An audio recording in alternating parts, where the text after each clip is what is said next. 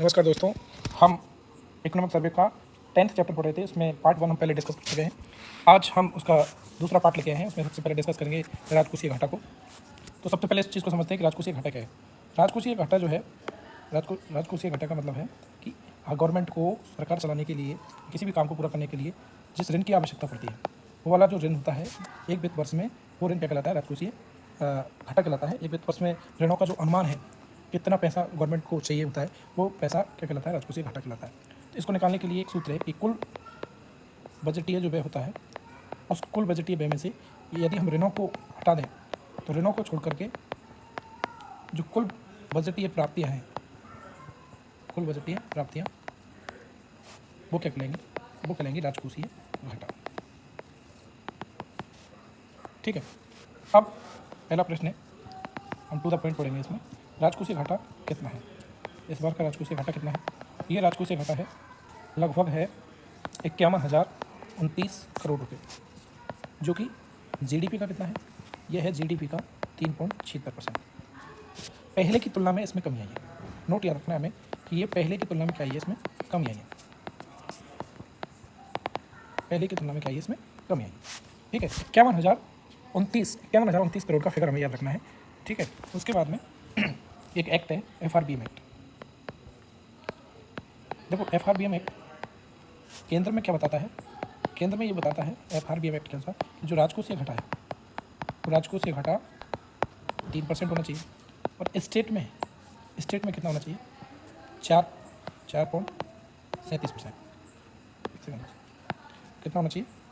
State में होना चाहिए 4.37%, जबकि है कितना? प्रेजेंट में है 3.76%।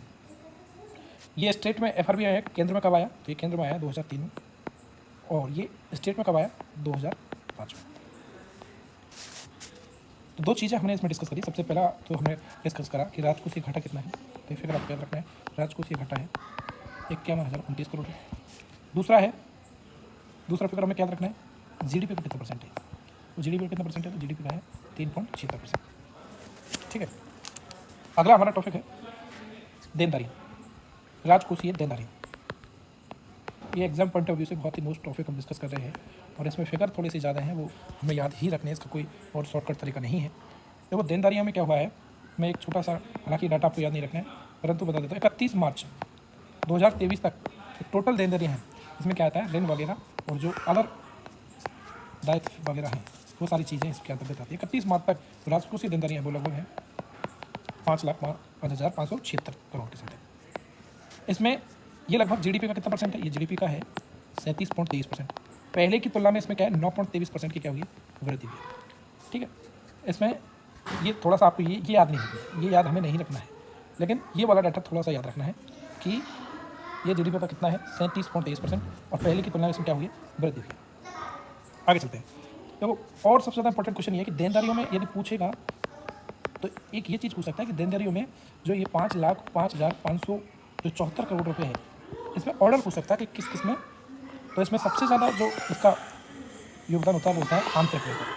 तो हमारे जो देनदारी होता है, मतलब उधार, जो हमने उधार ले रखा है वो पैसा, जो आज तारीख तक, कितने तारीख तक? 31 मार्च 2023 तक इतना कर्ज है हम पे, वो कर्ज जीडीपी का लगभग कितना है? 37.23% है। पहले की तुलना में उसमें ग्रोथ हुई है। तो ये हम देखें कि हमारे पास कौन कौन से ऋण हैं। तो उस ऋण को डिस्कस करते हैं। तो उसमें सबसे जो ज़्यादा है वो है आंतरिक ऋण, लगभग 3.5 लाख के समथिंग है, लगभग 3.5 लाख के समथिंग है। दूसरा जो है वो राज्य बीमा, जिसे हम SI बोलते हैं, राज्य और एवं प्रावधायी निधि, जिसे हम मतलब SI और GPF में जो पैसा होता है, लगभग ये कितना होता है? 64,123 करोड़ के समथिंग है, 64,000 के समथिंग है। ये डाटा नहीं याद रखने हैं, लेकिन एक थोड़ा सा आइडिया है। सबसे ज़्यादा कौन है? आंतरिक ऋण। दूसरे पे SI और GPF वाला है। तीसरा है आरक्षित निधि। तीसरा क्या है? आरक्षित निधि एवं जमा। और चौथा है इसमें केंद्र सरकार से ऋण। लगभग बता दूं, केंद्र सरकार से 37,422 इतना रुपये हमने पैसा उधार ले रखा है। अब इसमें मोस्टली आपको क्या ध्यान रखना है, मैं थोड़ा सा एक बार बता दूँ। इसमें हमें केवल और केवल ऑर्डर याद रखना है।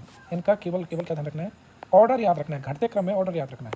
तो किसी प्रकार से सबसे ज़्यादा देनदारी में किसका योगदान है? तो वह है आंतरिक ऋण का। दूसरा किसका है? राज्य बीमा में प्रावधायी निधि का। तीसरा है रिजर्व निधि का। चौथा केंद्र सरकार से ऋण। ठीक है।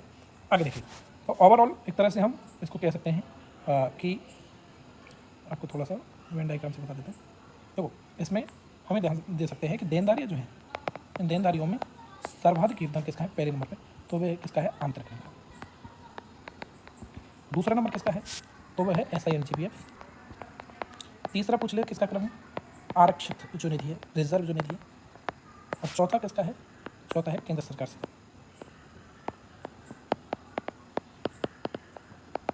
चौथा है केंद्र सरकार से।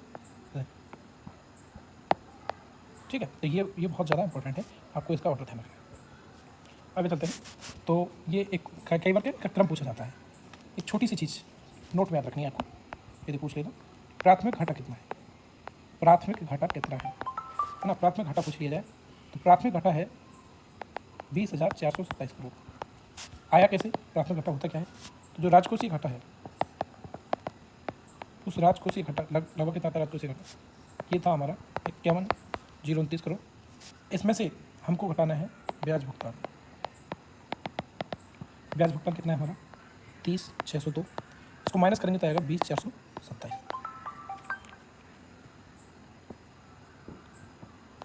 ठीक है, ये आपको ये ध्यान रखना है। आगे चलते हैं। ये हमारा जो 10th चैप्टर है उसके बारे में जितने भी डाटा थे वो एक बार रिविजन करना, जो आज हमने देखा है अभी तक। सबसे पहले हमने इसमें देखा था राजकोषीय घाटा, यहाँ से हमने अपने चैप्टर की शुरुआत करी थी। तो इसमें सबसे पहले डिस्कस किया था कि ये घाटा कैसे निकालते हैं। ये घाटा वो होता है जब टोटल व्यय में से ऋण को छोड़ करके बजट की प्राप्तियों को माइनस करने को राजकोषीय घाटा होता है। राजकोषीय घाटा हमारे एक साल में जो हमें ऋण की आवश्यकता पड़ती है उसको बताता है। ये लगभग आया था, कितना आया, क्या है 51,029 करोड़। GDP का कितना है 3.76। पहले की तुलना में इसमें क्या है कमी आई। एक एक्ट आया है FRBM एक्ट, केंद्र का आया है 2003 में, स्टेट में कब आया था वो 2005 में। ठीक है, ये मैंने बता दिया। केंद्र में आया था उसकी क्या कंडीशन थी, 3% होना चाहिए। स्टेट में कितना था 4.37% होना चाहिए। प्रेजेंट में है कितना 3.76 है। ये हमने दोनों देख रहे थे। उसके बाद हमें पढ़ा था देनदारियाँ। उस देनदारियों में ये लगभग जो है 31 मार्च तक लगभग 5 लाख की समथिंग थी। GDP का लगभग 37.23% है। पहले की तुलना में 9.23% की वृद्धि हुई है। देनदारी में ऑर्डर ध्यान रखना है, आंतरिक ऋण का, SIGPF वाला, रिजर्व का और केंद्र सरकार से ऋण।